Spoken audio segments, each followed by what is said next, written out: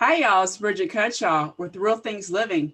Today, my guest is Michael O'Brien, and Michael is an executive coach and an author, and he has a beautiful campaign movement. I'll let him talk about that.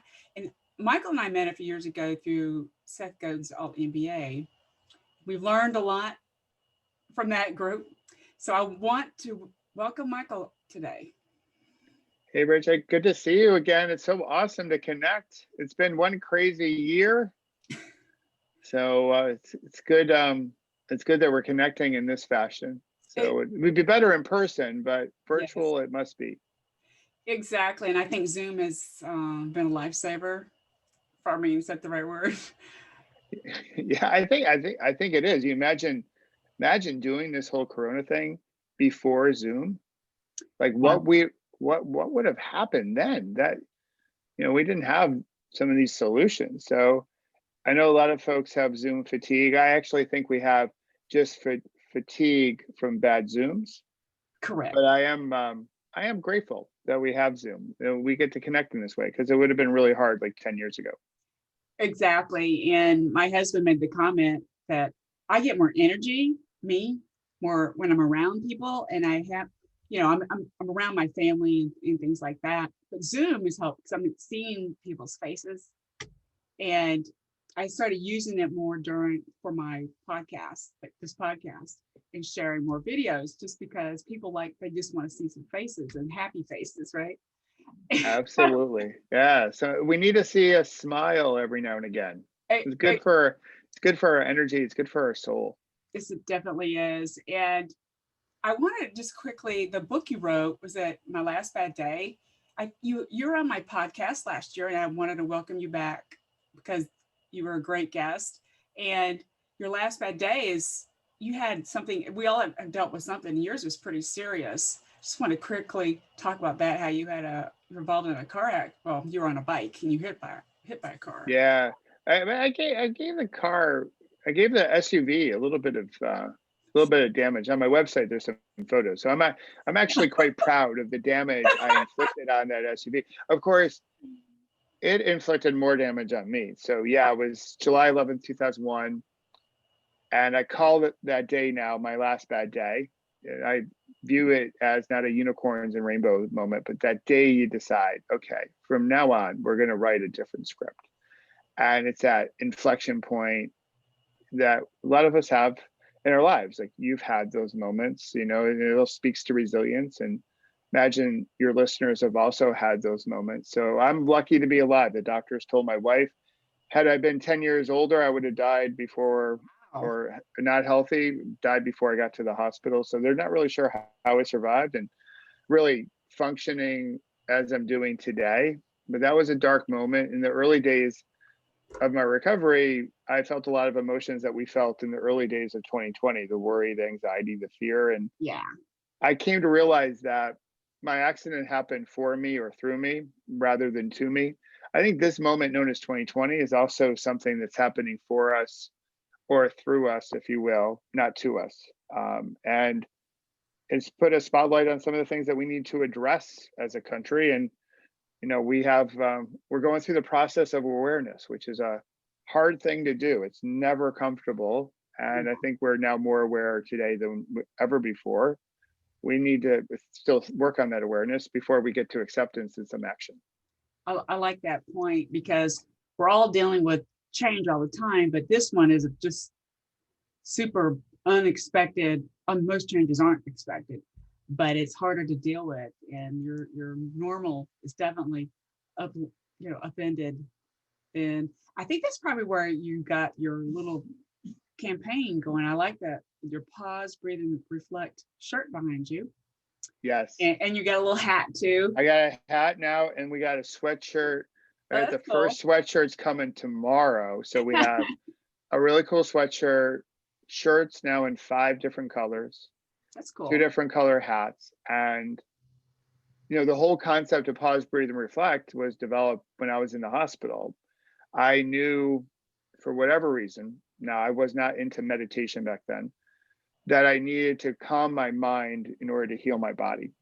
Something just spoke to me. And so I started each morning, once I had that aha, if you will, I started each morning scooting out of my bed into my wheelchair and then rolling myself to a quiet place in the hospital. I just was quiet, just trying to pause, connect with my breath, and then reflect on the day ahead.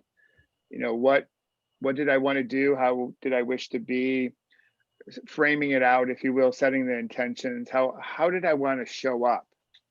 And it helped me, be more responsive, less reactive. And I would do it in the morning, but I would also do it throughout the day. I know, and I'm sure you do as well. We all know people who meditate in the morning, but they don't take their practice off their mat and they weave it into their day. For me, it was about having these micro pause moments, reconnect with our breath when we get stressed, just to slow everything down, calm things down, so we can be more mindful and aware throughout the day, and less reactive, less taking the bait on everything, if you will, and just having this yo-yo type of reaction to stress, which has left many of us very exhausted and close to burnout. Right. So when it was the height of this, pandemic and everything else that's happened this year, we decided to come out with the T-shirts, and then we've expanded into hats and now sweatshirts, as I mentioned, because I used to call it grabbing a PBR, which then everyone's like, "Oh, that's funny, Pabst Blue Ribbon," right. and I'm like, no, pause, breathe, and reflect. So I talk about this with my clients all the time, like, make sure you grab a few PBRs. And this week, as we're sitting down, is the week of the election, so I've labeled it officially National Pause, Breathe, and Reflect Week, because I think we need to do some PBRing this week, just process things. And so I came out with the shirts, and as people buy the shirts and they, take some selfies, I've been doing this campaign of just doing shout outs to like wonderful people with good energy. And I decided, with social media, you can do a lot of things. You can like leave it because it's toxic. You can like jump into the toxicity, which I do not recommend.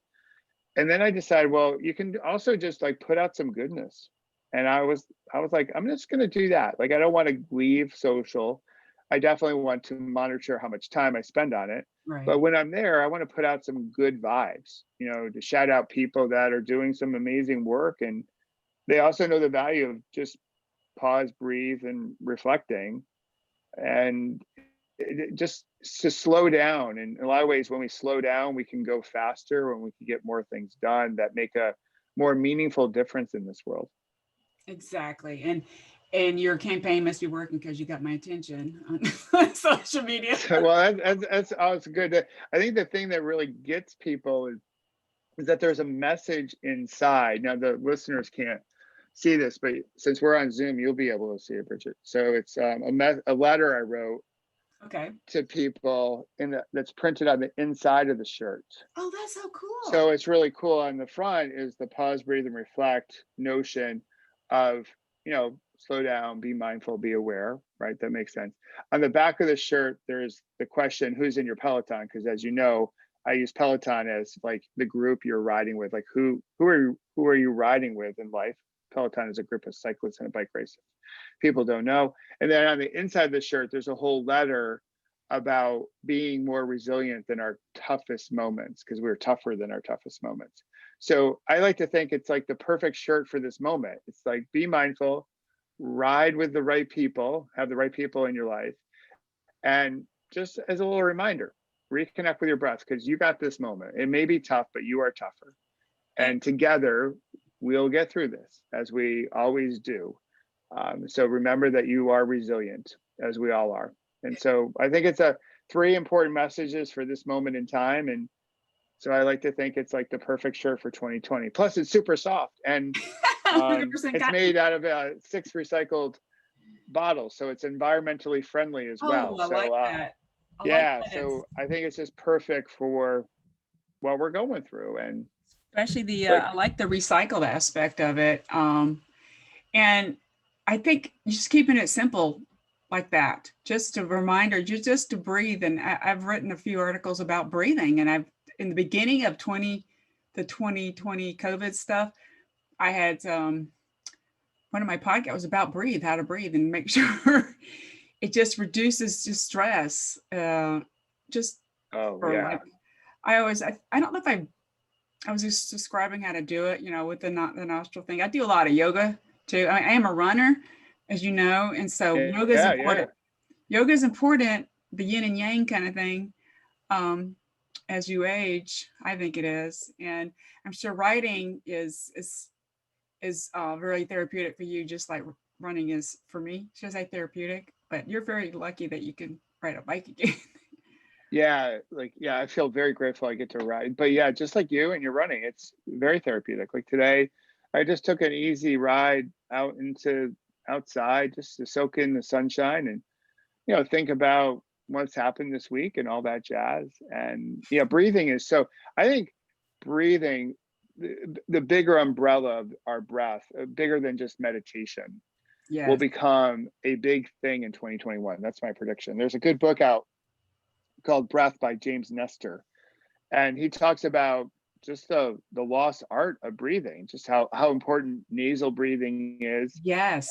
And many of us are mouth breathers, and even as an athlete, you can breathe through your nose, and it has so many wonderful healing properties to it when we connect back to our breath. And I think we need it now. And when I look at what's happened in 2020, like with COVID, that attacks our respiratory system. And Mm, George Floyd lost his life because his breath was restricted for those 8 minutes and 46 seconds. right. The wildfires out west have made it hard to breathe for those folks out there. And then a lot of people are, worried about the economy. They've lost a job, and I've been there too, like unemployed. And when you're unemployed and you go to the ATM to get cash out, you're holding your breath. You wonder if like there's still money there, or when will the jobs return? So when I look at all four of those big things that we're dealing with, they all connect back to our breath. And I think it's a beautiful tool to just again slow things down so we can be more thoughtful, we can be better listeners, we can connect with each other. And I think that's what we need to do. Obviously we live in a 49 to 49 type of state, country rather, Right. and we need to find a way to like heal and come together, because I'm not sure about the listeners, and I know you feel this way. Like I'm tired of all the bickering. Like let's try to figure out a way to like Make it work, you right? know To love collaborate. each other and connect. Yeah. It's one thing I don't really talk politics. I really don't. But I think the reason I don't is because it makes people mean. Is that the right word? Yeah, it could be. Yeah. Maybe, or makes them come across as mean. So I'm just I don't talk about it ever, and that's just my thing. How's that? Maybe it's just because I grew up. My parents didn't really talk about it very much, but I don't watch news because at all. I do not. I do read different types of newspaper. I should say news, not the actual newspaper, but I do read different perspectives because I want to understand what they're saying. Because to me, stuff on the news is really opinion. Um, Yes. it could be my opinion. Sorry. Yeah. No, I agree with you. I think the news. It is a business. It's the main job is to attract viewers. So you're gonna Yeah, I'd much rather have people read the news because now you're in a little bit more control than watching it. So, Right, and then uh, you visualize. I'm a visualizer too when I'm reading, and maybe that's what it is. And but I think just reading and learning, looking, understanding different perspectives, and that's something that I learned from Seth Godin, was how important that was to be. I don't know if I don't remember specifically if he said empathy, but we have to understand people's perspectives to be able to move forward. And I think that's what a lot of people aren't doing. And that's why we're all holding our breath and getting tense and stressed out. well, yeah, we're stressed. It's just we're, there's like a big storm brewing inside of us, or some people just express it outwardly. But there's some data out there, like for dentists. A lot of people have been clenching their jaws while they're sleeping and Yeah. grinding their teeth, and a lot of I read something, I forget the actual source, but a lot of dentists are working on like chipped tooth here or Wow. there Yeah. because people are, grinding it out at night. And, that's a lot of like unreleased stress throughout the day. And so that's why grabbing a PBR moment, and the shirt and the campaign is a perfect, just a reminder, like, make sure It's you're doing right. this. It's just, And we just need it. We need it right now, not only for our emotional and mental health, which is definitely taking a hit, but reconnecting with our breath and slowing things down is good just for our own physical health. When we have so much stress on board, it does wacky things to our body. So we can do a lot just slowing our breath down, breathing in less oxygen actually, and slowing our cadence of our breath down can do wonders to lower our blood pressure, manage our stress better. And, hopefully that can make 2021 just a wee bit better than right. 2020. And I like to do deep breathing because my understanding is it makes your diaphragm stronger. It's a muscle. Yeah. I think that maybe that's because I'm a runner and I'm used to having my lungs work a little bit more than people who don't run. But I I'm just really fortunate and grateful that what we have. I really truly am. And that, I used to talk about all these adventures and how fun things were after having cancer a couple of times. But at the same time, this COVID thing makes me appreciate what I got in my backyard, Yeah. if you think about that. And I mean, we live where we live on purpose because it's near nature and a lake. And, but I really, truly appreciate having that I don't have to drive somewhere to go enjoy it, if that makes sense. Perfect sense. And that's one of the things I still love about cycling is I can roll out of my driveway and I can go almost anywhere on my bike. And yeah, I think there's so many wonderful moments of gratitude that happened in Yes. 2020. And I think it's this skill that hopefully we can all develop to hold space for more than one thought in our head at the same time, so we can recognize the pain, suffering, and certain loss. We're all grieving as we go through this shared experience. But there's also some really great things that have happened from this. And I'm choosing to hold space for both. I don't want to deny the emotion of the moment. That's not healthy when we Right. don't deal with what we need to feel. So I have my moments where I'm sad and angry and frustrated and all that jazz. But I'm also looking at, hey, what are the building blocks that I can use today to create a better tomorrow? And I always see them much more clearly when I slow down and just reconnect with my breath. I don't do my best innovation. I don't think really anyone does when we're spinning on our hamster wheels, doing the 24/7, 365, the whole I have to do more to be more type of thing. It's, going back to Seth and the reference of Seth Godin, what he taught us is like, put your work out there, but, make sure you do good work. Make sure it's thoughtful work that's Yes. meaningful. Yeah.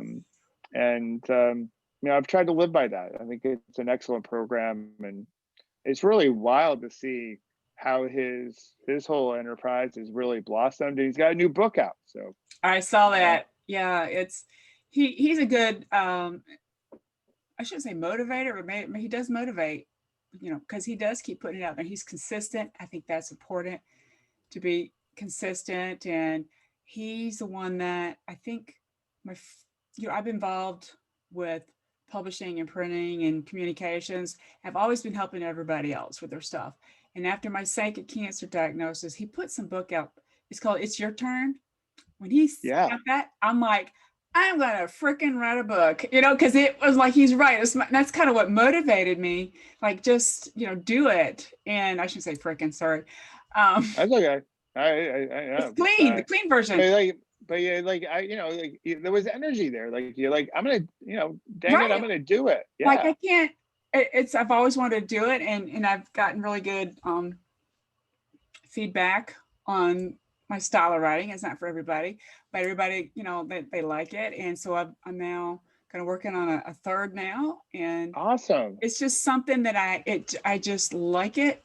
And I don't know, just as something I've always wanted to do. And like you said, the time is short. You got to pause on what you're doing and focus on what you're trying to help other people with. And I have a question for you: is do you have any advice for people who are looking for work? And because you know, I'm an executive coach, but I just that's really a difficult subject for some people.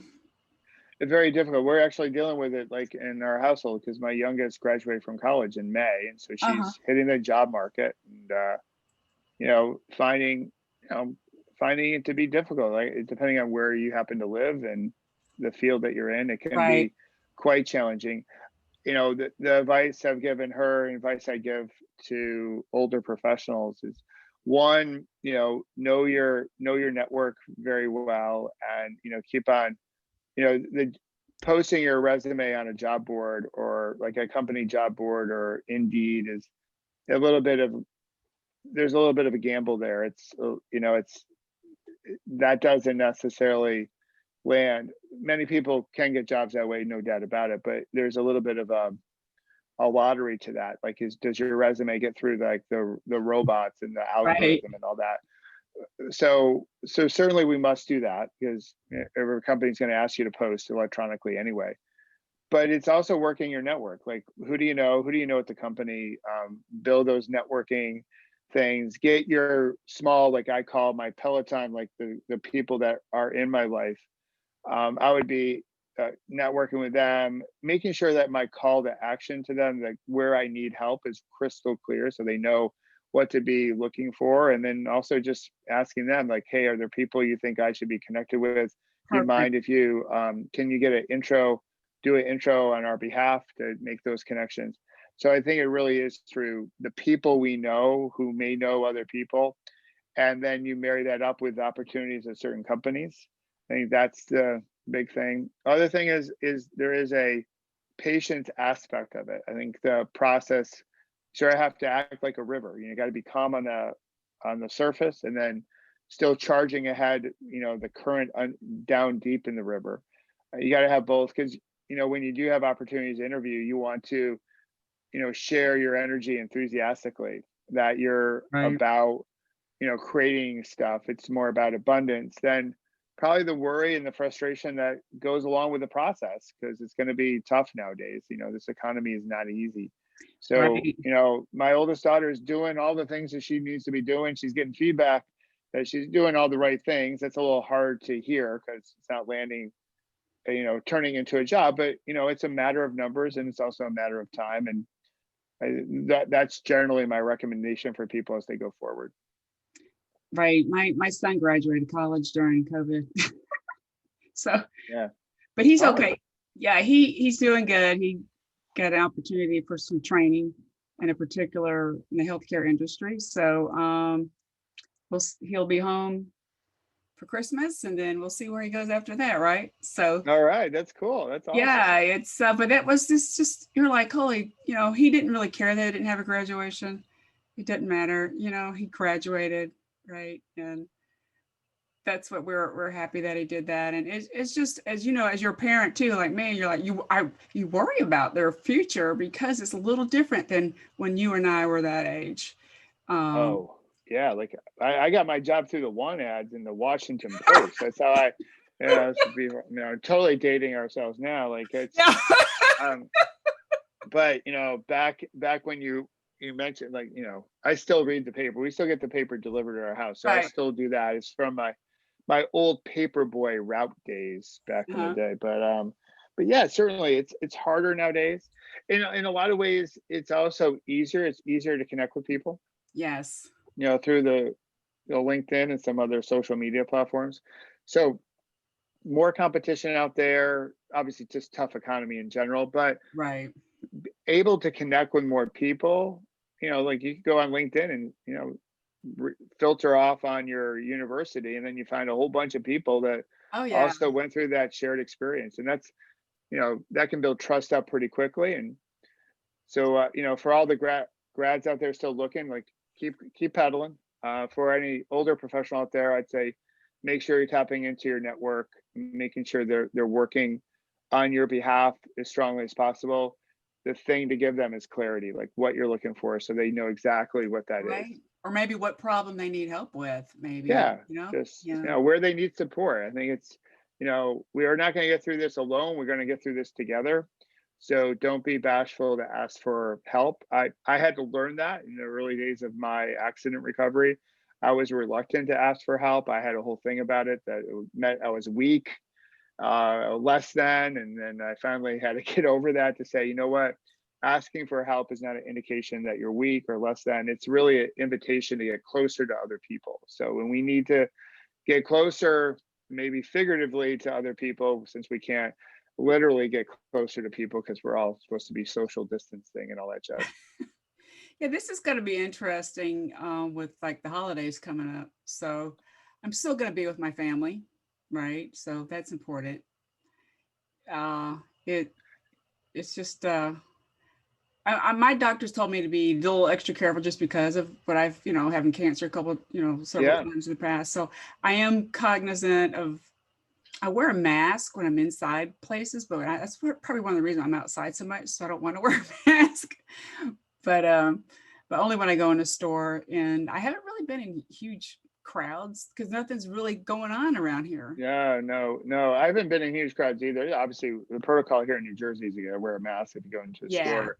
I have no desire to eat in a restaurant right now, No, so I'm I the haven't same. done I haven't done that. But like when I'm riding my bike, depending on where I'm riding, who I'm riding with, I'll have a gaiter sleeve that I put on. Sometimes I don't have anything at all if I'm riding by myself and I just want to breathe in the fresh air.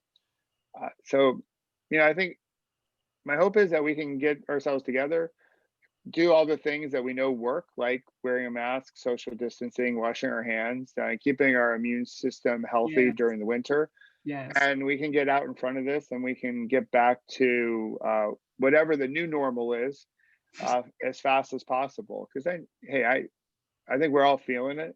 It's tiring. It's been a heavy load, and we haven't been able to handle it as well as I think we probably could. And we're only at halftime, maybe I like 7 months that. in, maybe Yeah. another 7 months to go. But I'm hoping that we can do the right things, get in front of it during the winter, and hopefully come back into 2021 in the spring with a rebirth, if you will, a new We, way of looking at things, like spring usually does for us. yeah, it's a rebirth. And you mentioned the gator thing. I got a gator too. I was in a couple of races. I know people are like, you're in a race, but it's out on a trail, and we had to cover our mouths to check in. So I put the gator on so that when I could run, I could pull it down.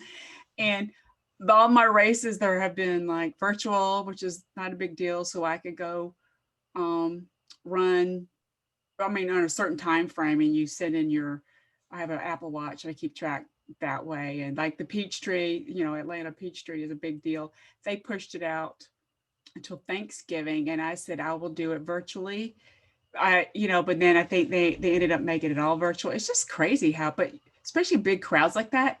I didn't want to be around other people, but Yeah. I had signed up for it before the COVID stuff happened, in advance, and it's hard to get in that race. Oh, it is a hard one to get into. But I'm right there with you. Like big crowds, like a running race at the starting line, everyone's breathing heavy. So I kept There's my spit. gator on. Yeah, there's a whole bunch of like things flying. So we'll keep it Right. And I clean. We don't remember, want to. Yeah, for the non-runners out there, we don't have to overshare, but yeah, it's not the most pleasant of things, the whole competition. But it's hard. Like all my races were canceled for 2020, and I yeah. created some of my own, like a big charity ride. But it's So just part of the moment, and it is. The one it's race that I did do in a trail, I felt these younger people a little too close to me, so I stopped and I had my gator on. I said, "Please pass me," because they were. I thought they were too close, and so then I don't know if you understand. I just want to go even faster, and then yeah. I'm like, I can't. I don't want to hurt myself because I got a mask on, and so or the gator, and so that was gonna kind of mess up it's different when I'm not used to having anything on my face like that. No, especially when you're breathing too. Uh-huh. It's not that easy, especially when you're like really hoofing it. Like You're right. it's yeah, it's harder to breathe through something And like so that. I try to space myself out for people, you know, That's good. That's but wise. I just I don't know what it is. It's like dopamine. I don't know what it is for me. I'm sure you get the same thing. Oh yeah, no, Like, it's a total dopamine hit. Like you love it. It's like it's addicting yes, it is. as And we know dopamine can be. And so it's exactly, but in a good yeah, way. in a good way, in a very healthy way. Our lungs are Just healthy, the running piece of it. Yeah. So keeping yeah, our lungs healthy. Well, absolutely. where's the best place for people to learn more about you, Michael? They can go right to my website, which is Michael O'Brien Shift, SHIFT.com. And they can go to the shop section of that and find their Pause, Breathe, and Reflect t-shirt. Super soft. One of my friends said, when I put it on, it felt like a hug. And I think we all need a big hug right That's so, now. Yeah. Or the hats or the sweatshirts. Like they're all like super soft. well, So I I'm think gonna check it's a that. shirt that feels, it's huggable, which I think we need a little cozy as we go into Yeah, the rest of the year. you're saying that hugging is important. I'm not hugging as many people anymore because I'm a hugger. So I'm gonna get one of your huggable shirts. Cool. Thank you. So, yeah, thanks for having me on and talking about the movement. And yeah, my recommendation is like when we feel stressed, just grab a PBR the type that we're talking about, the pause, breathe, and reflect Yeah, type, and just exactly. slow it down and be just think about how we want to go forward and how do we Yeah, build a right. better connection with people. I really appreciate your time and your wisdom, Michael. Well, it's great to be on. Good to see you again. Thanks. All right. Have a great day, guys.